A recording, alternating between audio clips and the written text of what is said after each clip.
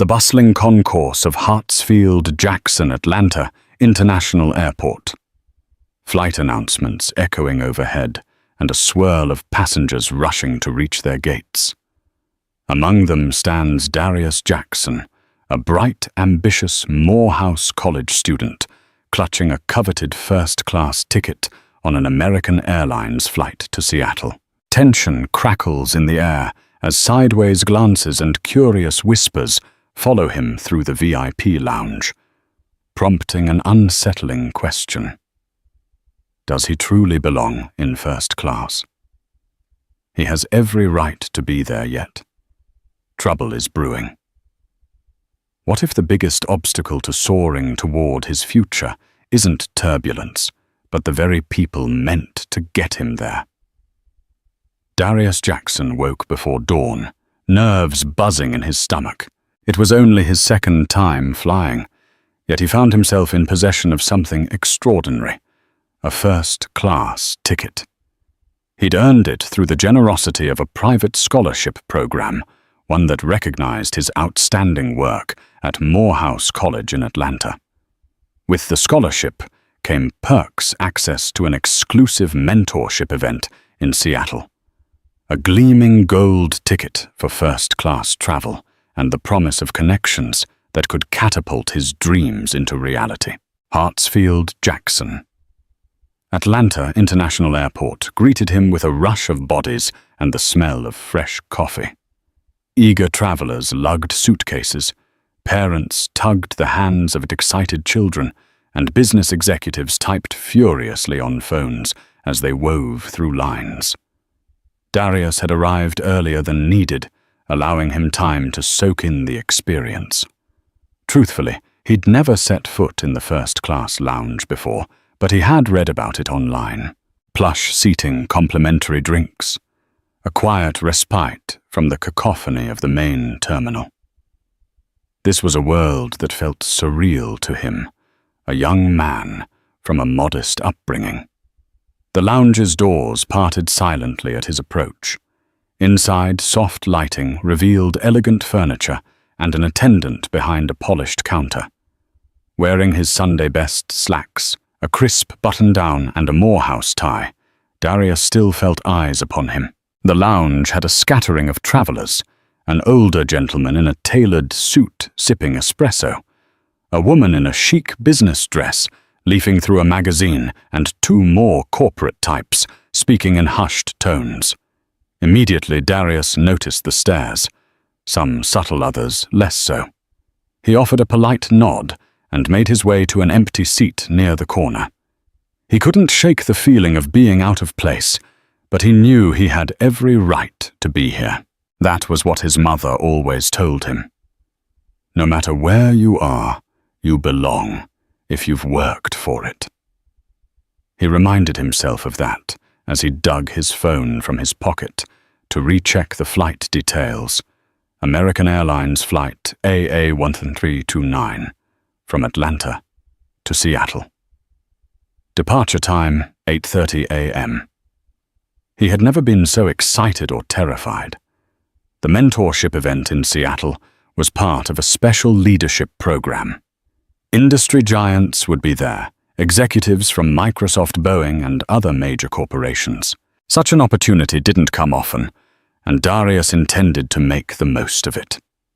He'd prepared meticulously, assembling resumes, personal statements, and a well-rehearsed elevator pitch. He was determined to show everyone that brilliance, resilience, and creativity could come from anywhere, even a humble neighborhood in Atlanta. But as he sipped the lemon-infused water served in the lounge, Darius couldn't know that this day would test him more than any other. Forces were already set into motion, from prejudiced whispers to the complexities of airline logistics that would push him far beyond his comfort zone. And somewhere beyond the horizon, destiny waited, ready to reveal that this entire flight depended on him more than anyone realized. At Gate B12, the boarding process began in typical fashion. First class and premium flyers were invited to line up. Darius clutched his small carry-on shoulders, squared as he walked up to the podium. Despite the agent's forced smile, he caught a moment of hesitation when she scanned his boarding pass, eyes flicking between the pass and his face. After a second or two, that felt much longer, the beep sounded and he was waved forward. Inside the aircraft, the plush first-class seats glistened in the morning light. Large cushioned chairs with ample legroom promised a relaxed journey across the country. Darius located his seat 1A, a prime window seat. Placing his bag in the overhead bin, he eased himself into the chair, marveling at the comfort. A flight attendant, tall with neatly pulled-back blonde hair, approached him with a warm, if somewhat mechanical smile. "Good morning, sir," she said. "Can I get you something to drink? Orange juice, perhaps? Coffee?" He smiled back, swallowing a sudden lump in his throat. "I'd love some orange juice, thank you." As she walked away, he glanced around the cabin.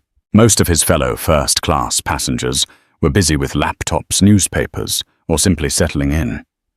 Only one person seemed to stare at him, a middle-aged man in a sharp business suit across the aisle.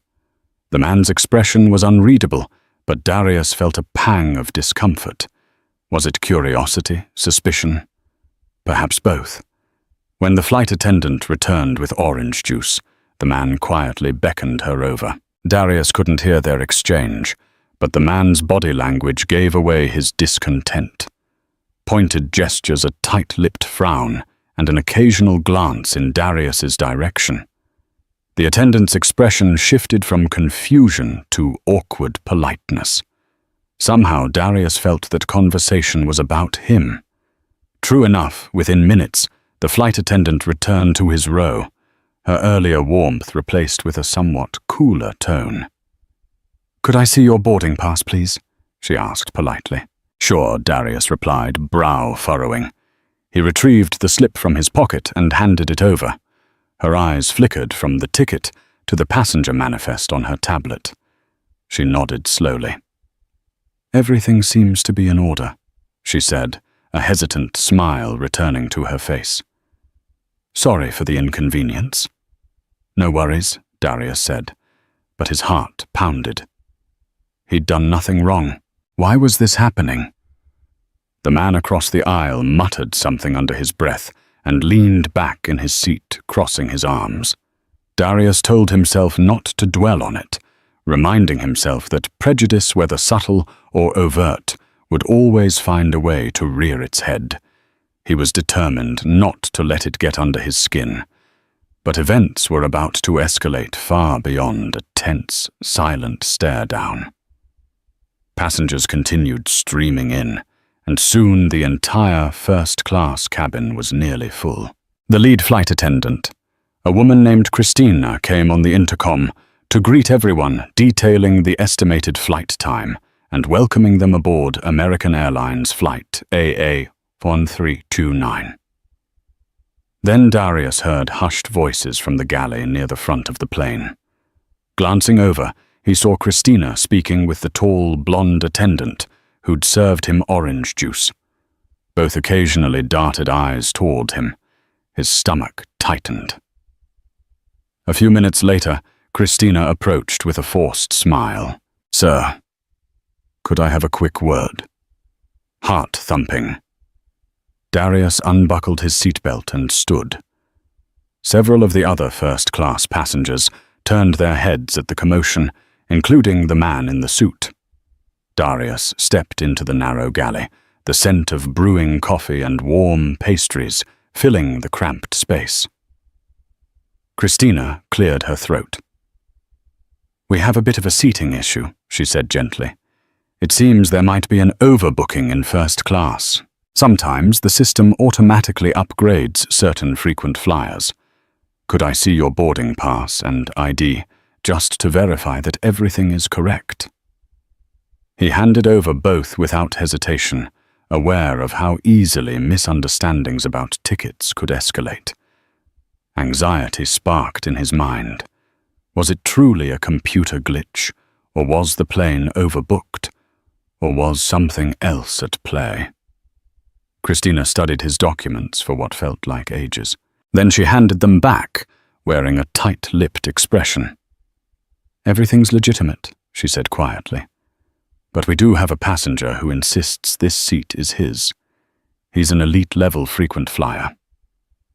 "But I have the ticket," Darius replied, trying to keep his voice calm. "I booked it weeks ago.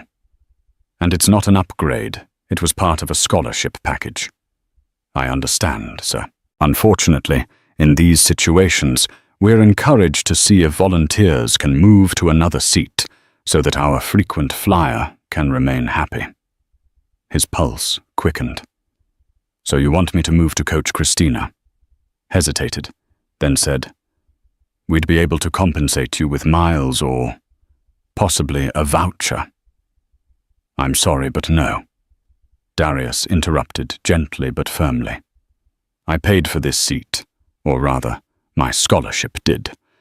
And I need to be in Seattle rested and ready for an important event. With respect, this is not just a joyride for me." Christina gave a short nod. "I understand.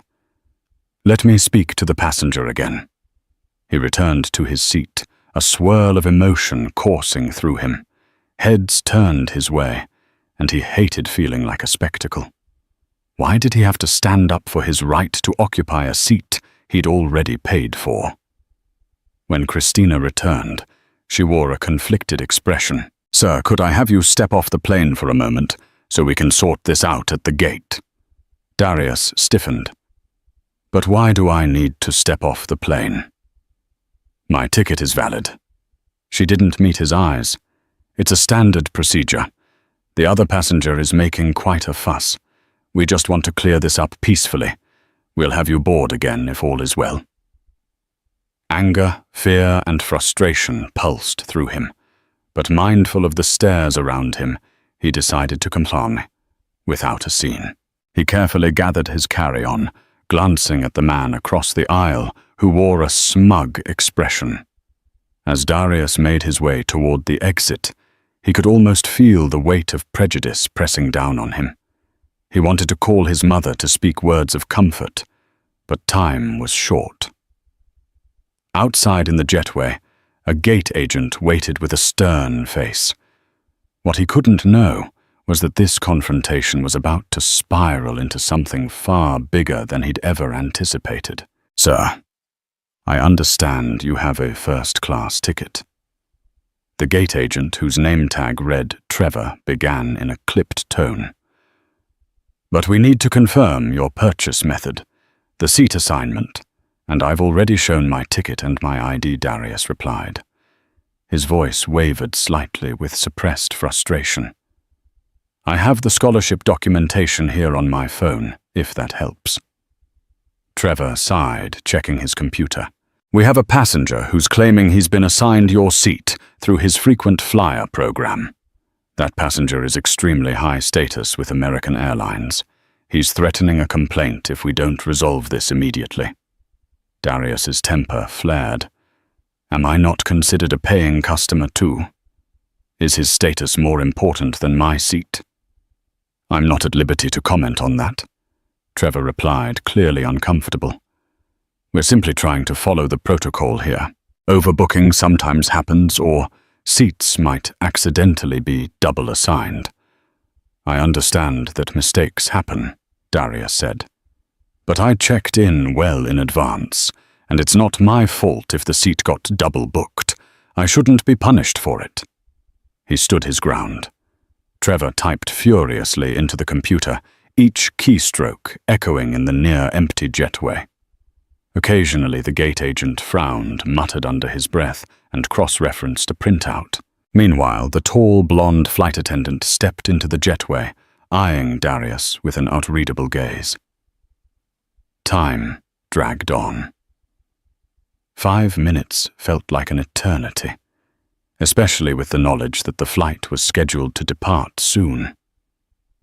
Darius swallowed, imagining the embarrassment of missing his flight due to a bureaucratic tangle or worse, blatant discrimination. Then the unexpected happened. Christina. The lead flight attendant hurried down the jetway. Her eyes flicked between Trevor and the blonde attendant before she addressed Darius. "Sir, we're truly sorry for the inconvenience. Please come back on board. We have your seat waiting for you. We're finalizing the arrangement with the other passenger." His heart soared with relief, though uncertainty lingered. "So everything's settled?" Christina nodded. "Yes, please come back. We've assured the passenger that your seat is rightfully yours." Darius released a long breath, hoping that was the end of it.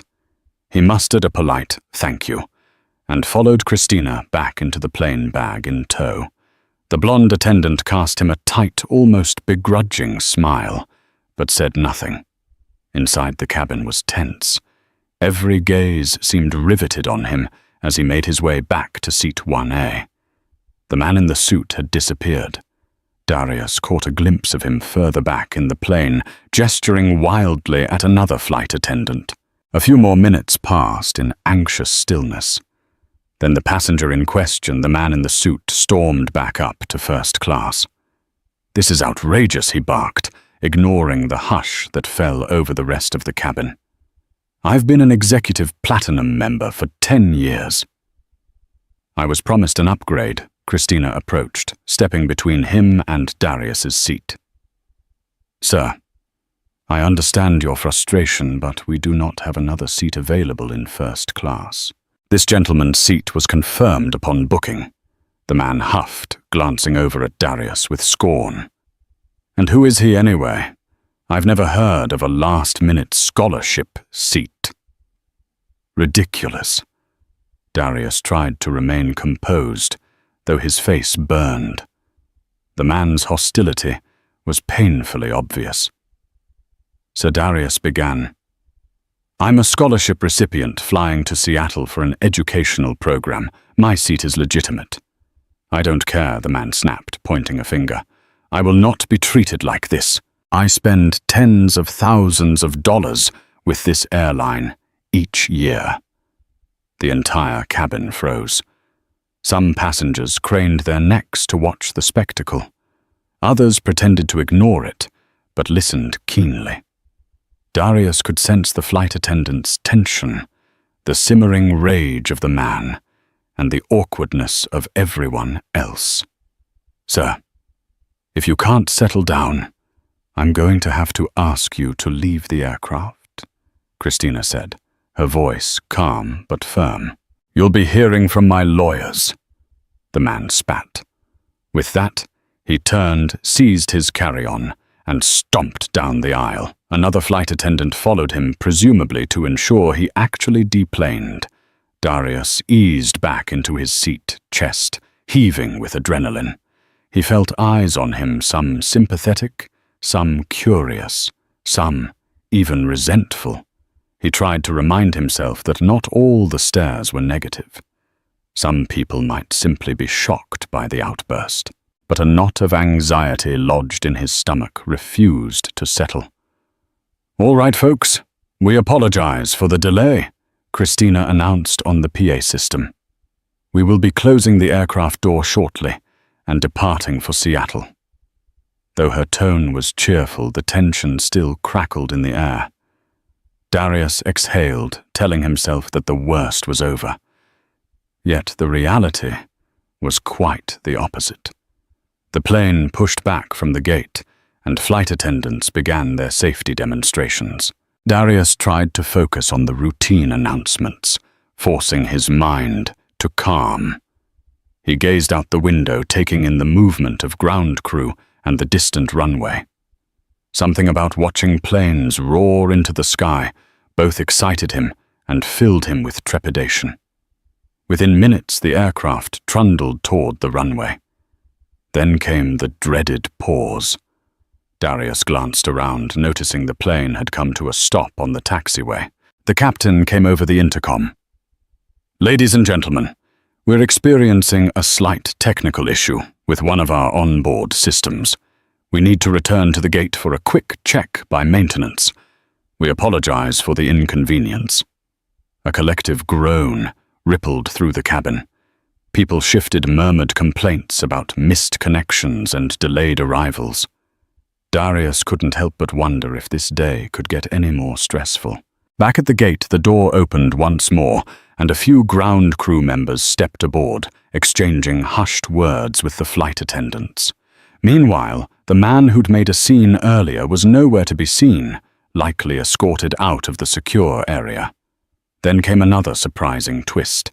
A different airline representative boarded heading straight to first class. He was a tall, broad-shouldered man named Mitchell, sporting an American Airlines blazer and a polite but slightly frantic expression. He leaned down and spoke to Darius in a hushed voice. "Mr. Jackson, correct?" "Yes," Darius replied, heart pounding. "I'm with the ground operations team. We've encountered an unusual situation. Can I speak with you in the galley for a moment?" A sinking feeling blossomed in Darius's gut. Of course. He followed Mitchell to the galley, noticing how the flight attendants looked on warily. When they were semi-secluded, Mitchell cleared his throat. "We understand that you're traveling on a scholarship ticket. We also see that you're scheduled to make a connecting flight from Seattle to Anchorage tomorrow on a different airline." "Is that correct?" Darius blinked. "Yes, that's part of the program itinerary. There's a company tour in Seattle first, and then we're heading up to Alaska for a research project." "Why do you ask?" Mitchell inhaled sharply. "Well, apparently the passenger who left in a rage filed a complaint claiming this entire situation was a security risk." "A security risk?" Darius repeated, astonished. "How so?" "He alleged that your ticket was somehow fraudulent, among other baseless accusations." Mitchell looked apologetic. "We had the TSA do a quick verification. They want to see you again before we close up for good." Darius felt dizzy. "You can't be serious. I've already cleared security and proven my seat is legitimate." "I know, sir. It's just that once a complaint is lodged, especially with certain trigger phrases, the airline and TSA have to do due diligence. However, we have reason to believe everything will check out just fine." Tension thrummed in Darius's temples. "I have an important event to attend. This is not just a pleasure trip for me. I assure you we're doing everything we can. If everything is in order, we'll get you back on this plane immediately, even if we have to hold it a few extra minutes." Darius exhaled, head spinning. "Fine. Let's get it over with." He snagged his carry-on bag once again, feeling the weight of 1,000 stares as he moved toward the exit. He half expected another wave of scorn from the passengers, but instead, most just looked concerned, perhaps even sympathetic. And so for the second time that morning, Darius found himself stepping off the plane. Somewhere deep within, he wondered if he would ever get to Seattle at this rate. Back at the gate, Darius stepped into a scene that felt like a surreal interrogation room staged in public. 2 Transportation Security Administration agents, a man and a woman, stood stiffly by the counter, with unreadable expressions. Their presence was a stark reminder that even after proving his identity and legitimacy, he was still being viewed as a potential threat. Trevor, the gate agent from earlier, lingered nearby, arms crossed, and eyes darting between Darius and the agents. Mitchell, the airline supervisor, who had earlier shown a measure of kindness, stood just behind them, his face lined with concern. "Mr. Jackson," the male TSA agent said in a clipped voice, "we're going to need to verify your identity and reason for travel once more. Please show us your ID boarding pass and any documentation related to your ticket." Darius had already shown these documents multiple times. His jaw clenched, but he said nothing. Instead, he reached into his backpack and handed over his Georgia state ID, the first-class boarding pass. and his phone opened to the scholarship email thread. His fingers trembled slightly, not out of guilt, but sheer frustration and exhaustion. He was tired of jumping through hoops that no one else seemed to face. The female agent, younger and with kind eyes, took the documents and began examining them carefully. The male agent asked, "When did you purchase this ticket?" "It was part of a scholarship," Darius explained, trying to keep his voice steady. "I didn't buy it with a credit card. The Allen Foundation arranged it. I have the letter here." He pulled up the formal PDF on his phone with the official Morehouse College and Allen Foundation letterhead. The agent stepped aside to examine everything.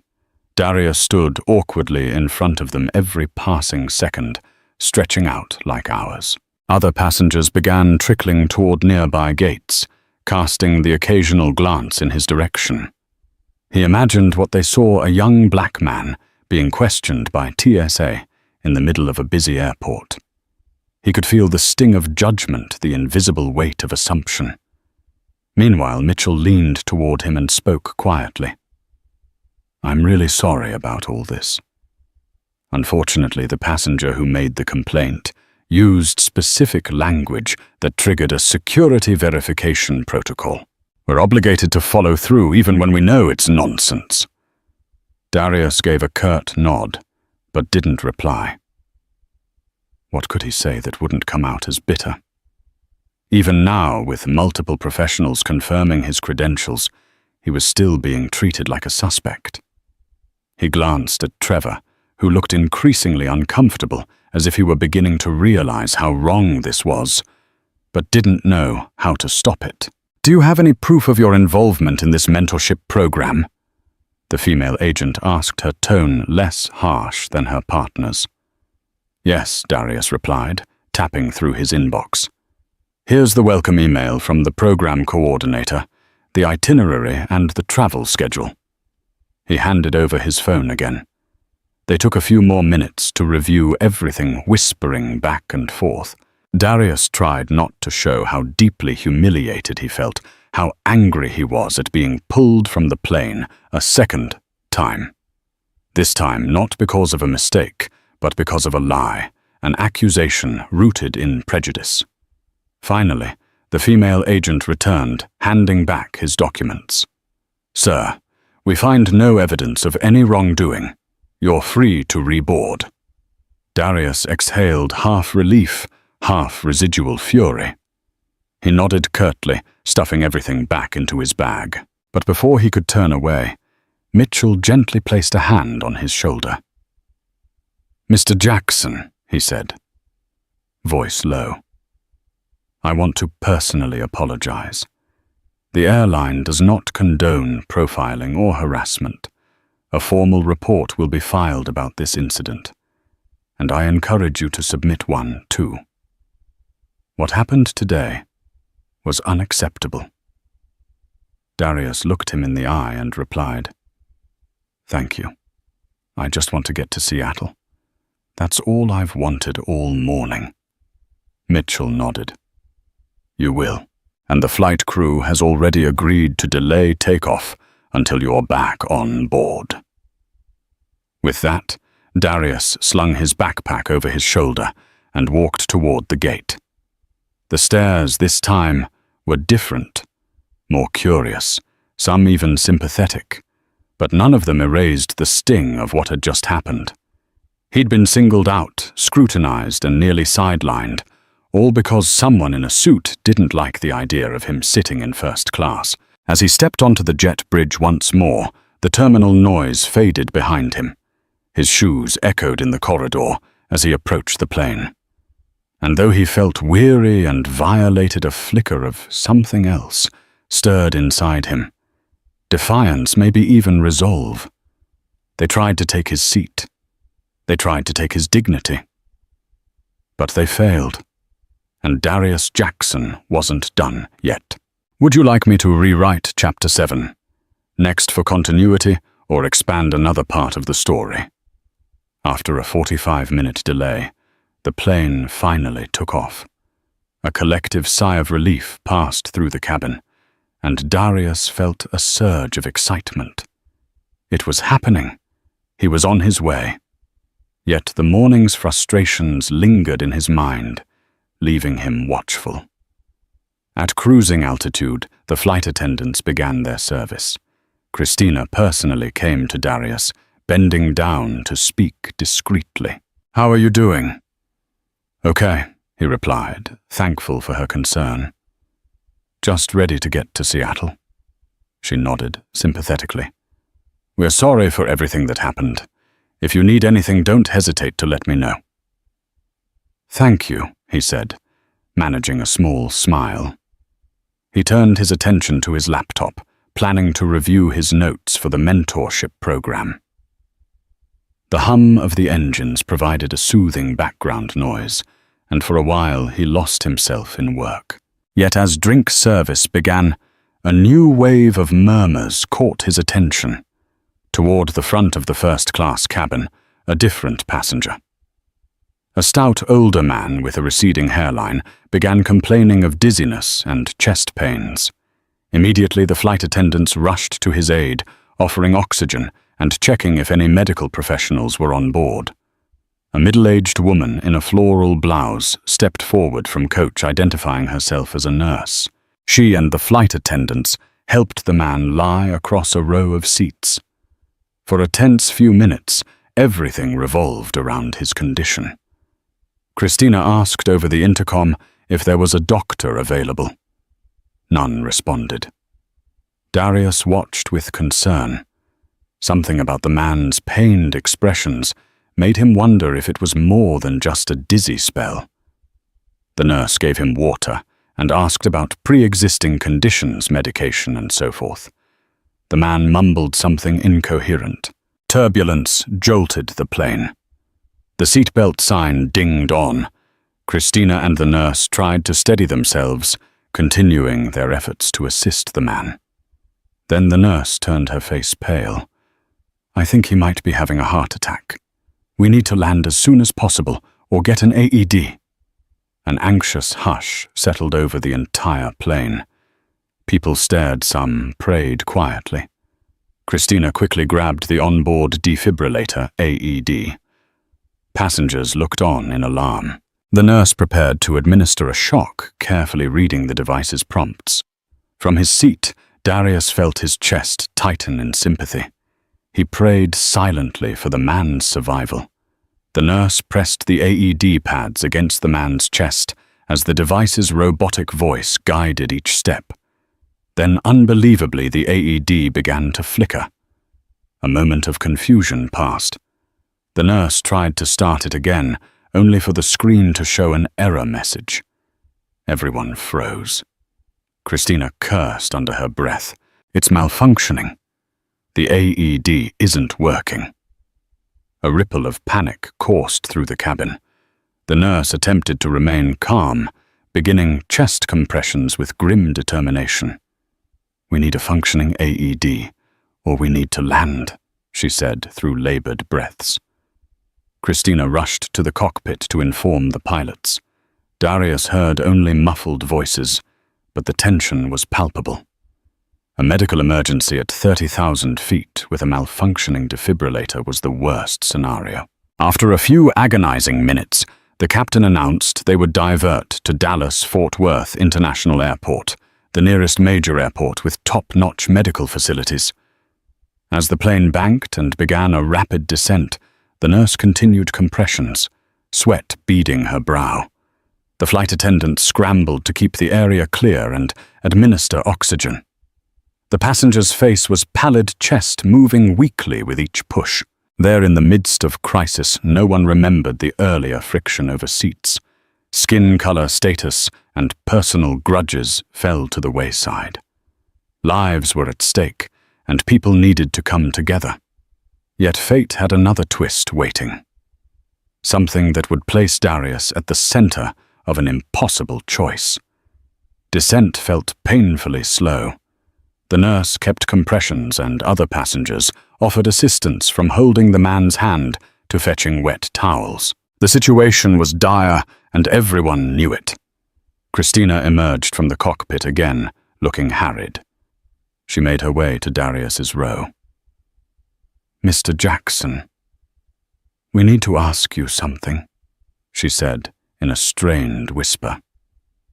Darius blinked. "What can I do?" Her face was grim. "We have an emergency kit on board with advanced medical supplies. The kit is locked, accessible only with a special code that we must get from a doctor via telemedicine. We've tried to connect with our ground medical consultant, but there's a technical failure in the communication system. The kit remains locked, but it has potentially life-saving medication in it." Confusion knitted Darius's brow.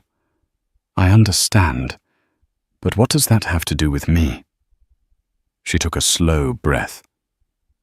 "We found your name in a special clearance list.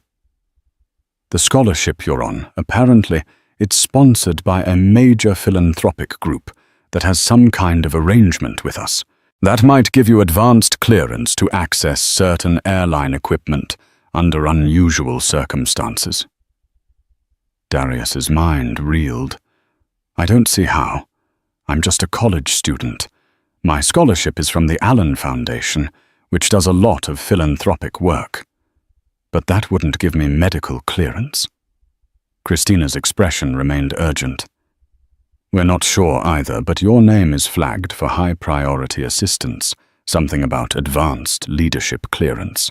It's unusual, but the database says you could help unlock certain resources if needed. The flight deck is requesting we try your credentials on the kit's lock." Disbelief clouded Darius's thoughts. "Are you serious?" She nodded, eyes flicking toward the passenger in crisis. "This is life or death. We're about 15 minutes out from Dallas, us Fort Worth. If you can unlock that kit somehow, we might be able to administer the medication. At this point, it's worth trying." Adrenaline flooded him. This was surreal. "All right, let's try." He followed Christina to a cabinet near the front galley. The nurse pounded on the kit's casing in frustration. The lock had a digital keypad, typically opened only with a code from medical professionals. Christina showed Darius a small screen reading "Access Restricted." "Enter authorized ID. Use your boarding pass," she whispered. He scanned the barcode on his boarding pass. The screen beeped angrily. "Invalid ID." Christina bit her lip. "Try scanning your driver's license next." He did so, but it also failed. Then a flight attendant behind them said, "I just found this in the system. It says to use a special code assigned to your booking reference." Trembling with urgency, Darius brought up his smartphone, scrolling through emails from the scholarship coordinator. There an alphanumeric code labeled Allen Foundation VIP Access. He typed it into the keypad. For an agonizing second, nothing happened. Then with a soft click, the lock opened. The nurse gasped with relief. She yanked open the kit, rummaging for the medication. Nitroglycerin spray. Aspirin. "We have it," she murmured, pulling items out. Swiftly she moved to the stricken passenger's side, administering the medication as the plane continued its descent. Darius felt a swirl of disbelief, fear, and awe. How had he just unlocked something that required advanced clearance? Why had the scholarship's name triggered such an override? There were more questions than answers, but right now, all that mattered was helping the man. The nurse gave the patient aspirin and nitroglycerin, then resumed compressions. Gradually, the passenger's color improved slightly. His eyes fluttered open for a brief moment, and the nurse offered a shaky smile. Passengers let out a collective gasp of relief. But the ordeal wasn't over. They still had to land as soon as possible.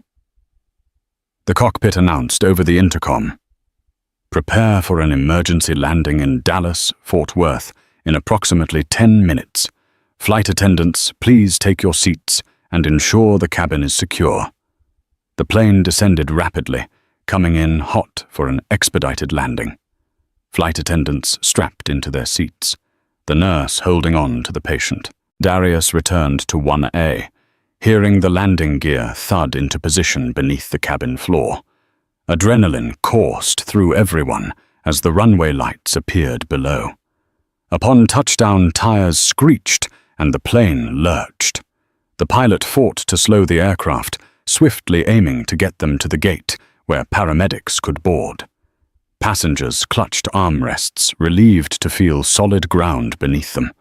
An ambulance was already waiting on the tarmac. Once the engines powered down and the plane door opened, paramedics rushed inside with a stretcher. They carefully loaded the ailing passenger, hooking him up to oxygen and monitoring equipment. The nurse spoke quickly to them, explaining the medication given and the chest compressions.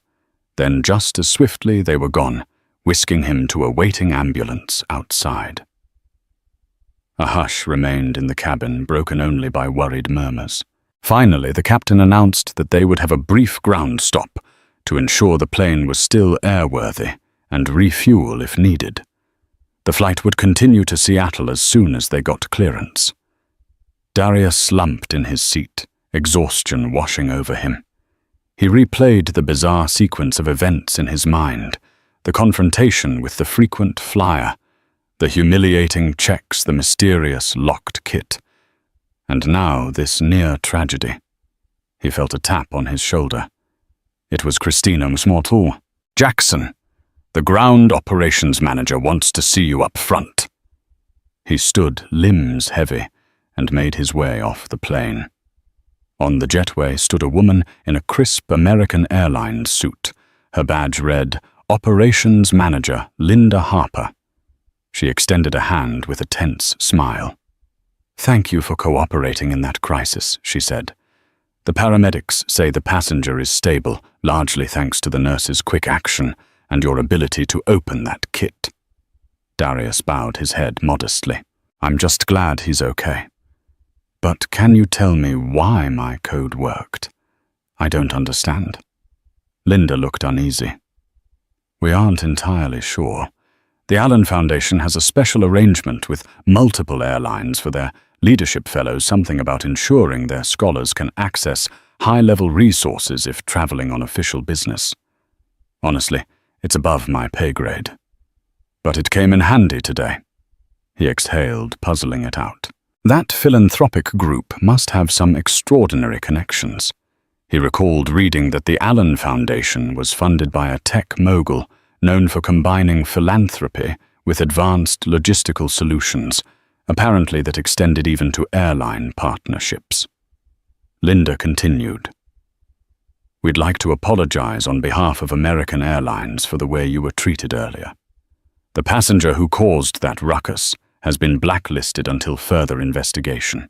Also, we'd like to offer you an official upgrade voucher for future travel, plus lounge access whenever you fly with us." Darius appreciated the gesture, but it didn't erase the sting of the morning's events. "Thank you, that's kind. But I hope you'll also address the possibility of bias and unfair treatment." She nodded gravely. "We take that very seriously. Please rest assured we'll be reviewing everything." They exchanged a few more pleasantries before Darius reboarded, passing the paramedics, who were just finishing their checks. Soon the captain received clearance to continue the flight. The plane pushed back again, its second departure of the day. Climbing once more into the sky, the plane found a stable cruising altitude.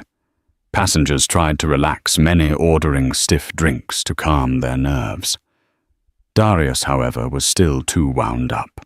He fiddled with his phone, reading an email from the scholarship coordinator that explained the seat arrangement and the special privileges it occasionally included.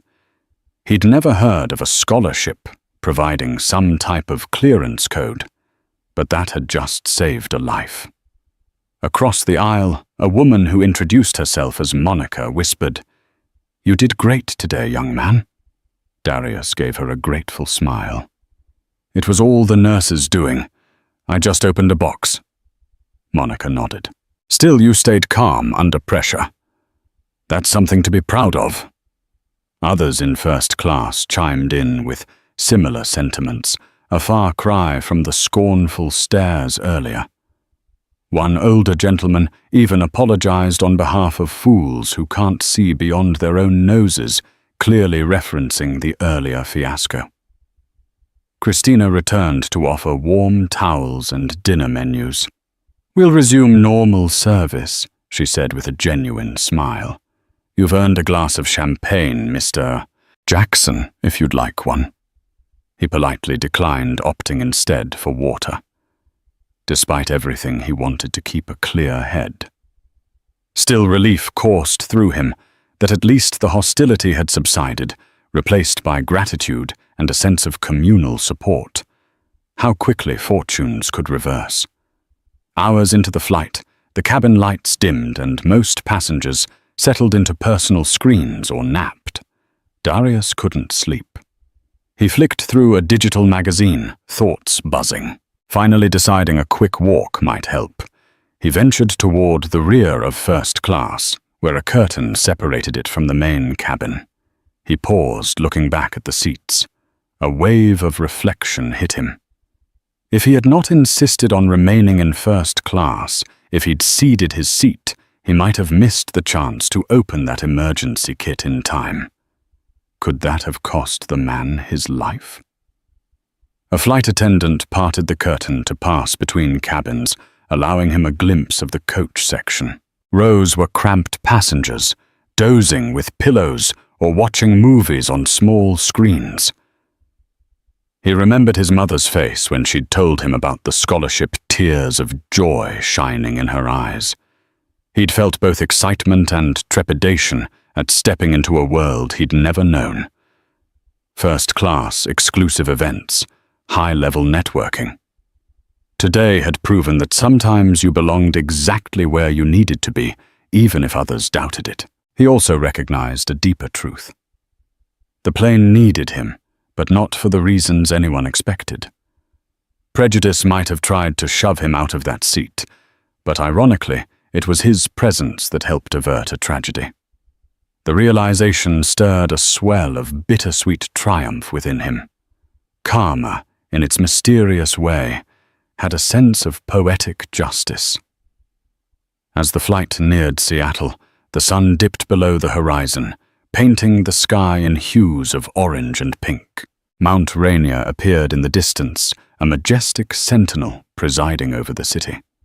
The captain announced an on-time arrival, despite the day's detours, thanks to making up lost time in the air. Christina and the other flight attendants made their final pass through the cabin.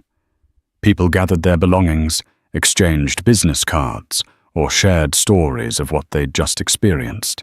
When the wheels finally touched down at Seattle-Tacoma International Airport, applause broke out, rare on flights but reflective of the emotional roller coaster the passengers had endured. Darius felt a surge of relief and accomplishment. As they taxied to the gate, Christina leaned over to Darius. "We want to thank you again. We have a wheelchair and paramedics waiting if you need to talk to them, but I think you're okay." She smiled. "We'd love to compensate you further, or at least invite you back to the lounge if you have any layover time." He returned her smile. "I appreciate it. I have a mentorship program waiting for me in the arrivals area, but thank you." The aircraft door opened and passengers began filing out. Many paused near Darius's seat to shake his hand or express gratitude. One by one, they disappeared into the jetway, carrying with them the story of a day they'd never forget. The jetway was bustling, but a man in a neat button-down and a Morehouse lanyard stood near the exit, holding a sign that read, "Darius Jackson. Welcome to Seattle." He greeted Darius with a broad grin. "We heard about the diversion and the medical emergency. Are you all right?" Darius nodded, still overwhelmed by everything. "I'm okay. It's been a long day." "Well, we're glad you're here," the man said, offering a handshake. My name's James. I'm one of the program coordinators. Let's get you settled. You'll have dinner with the rest of the cohort tonight." They made their way to the baggage claim, where to Darius's surprise, a small group of scholarship recipients waited. When they spotted him, they rushed over with cheers and hugs, one of them exclaiming, "We saw the news about a medical emergency on your flight. Was that you?" Darius shrugged modestly. "A passenger had a medical issue. I just helped unlock a kit, that's all." But in their eyes, he was already a hero. They bombarded him with questions, but all he could think about was how surreal the entire day had been. A swirl of relief, pride, and lingering tension simmered inside him. He wanted a shower, a warm meal, and a moment to process everything. Days later, the story of Flight AA-1329 went semi-viral on social media. Several passengers who had witnessed the confrontation posted about how a black college student was nearly kicked out of first class, only for the plane to need him to save another passenger's life. The irony resonated with countless people. It wasn't long before news outlets picked it up, and Darius found himself fielding interview requests. Meanwhile, American Airlines launched an internal investigation. They discovered that the initial passenger, Mr. Executive Platinum, had a history of harassing other travelers. His threats to sue the airline evaporated once they reviewed footage of his tirade, revealing blatant discriminatory remarks. He was banned from the airline, his miles revoked, a hard dose of karma for a man who thought his status made him invincible. In another twist, the passenger who suffered a heart attack reached out to Darius through the airline's passenger contact system. He expressed immense gratitude, explaining how the medication from that locked kit had stabilizing effects until they could get to the hospital. He joked that when he recovered, he'd donate to Morehouse College in Darius's honor, calling it the least I can do to thank the young man who had the key to my survival. The final note of karma struck when the story reached the attention of the Allen Foundation's leadership. They released a statement applauding Darius for his poise and quick thinking, reaffirming their mission to empower talented individuals who might otherwise face barriers. More resources were pledged to expand the scholarship program, transforming adversity into opportunity for future scholars. A week after arriving in Seattle, Darius had fully immersed himself in the mentorship program. He met executives from Microsoft, Boeing, and other tech giants, forging connections that could shape his future. During a final banquet, he was asked to give a short speech about his experiences. Nervously, he stepped up to the podium. He cleared his throat, heart pounding as he surveyed the faces before him. Industry leaders, fellow scholars, mentors. "I learned a valuable lesson on my flight here," he began, voice steady. "Sometimes life puts you exactly where you need to be. People may question whether you belong, but it's often at those moments you discover just how essential you are. We all have purpose, value, and the power to make a difference, even if it's as simple as opening the door, or in my case, unlocking a kit. Don't let anyone tell you you're not worthy of your seat, wherever that seat may be." He finished to a standing ovation, tears glistening in several eyes, including his own. The program director leaned in to whisper, "I hope you realize this is just the beginning for you, Darius." In the years that followed, Darius soared to remarkable heights. He graduated from Morehouse with honors, completed prestigious internships, and launched a startup dedicated to leveraging technology for social good. Yet whenever he reflected on his journey, he always remembered the day he boarded an American Airlines flight bound for Seattle, only to confront bias, bureaucracy, and a life-or-death emergency at 30,000 feet. That flight tested his patience, his resolve, and his belief in himself. It also showed him that true belonging cannot be dictated by seat assignments or social status, but by one's willingness to do good in the face of adversity. And in that sense, Darius Jackson would forever remain a shining example of how sometimes destiny places us exactly where we need to be, even if others don't yet see it. Through tumultuous twists, moments of near tragedy, and a triumphant stand against prejudice, Darius Jackson's journey reminds us that every seat we occupy in life is earned, not given, and that our potential to help others can emerge in the unlikeliest of circumstances. From enduring blatant discrimination to playing a crucial role in saving a life, Darius's resilience and quick thinking proved that we are all more than the labels imposed upon us. Sometimes those who appear the least important in society turn out to be the ones everyone desperately needs. If this story moved you, if it sparked reflection, or if it reminded you to believe in your inherent worth, I invite you to support this channel. Like this video to show encouragement. Share it with friends who need a reminder of how destiny works in surprising ways, and subscribe for more inspiring narratives that celebrate bravery and the power of unity. Your support keeps these stories alive,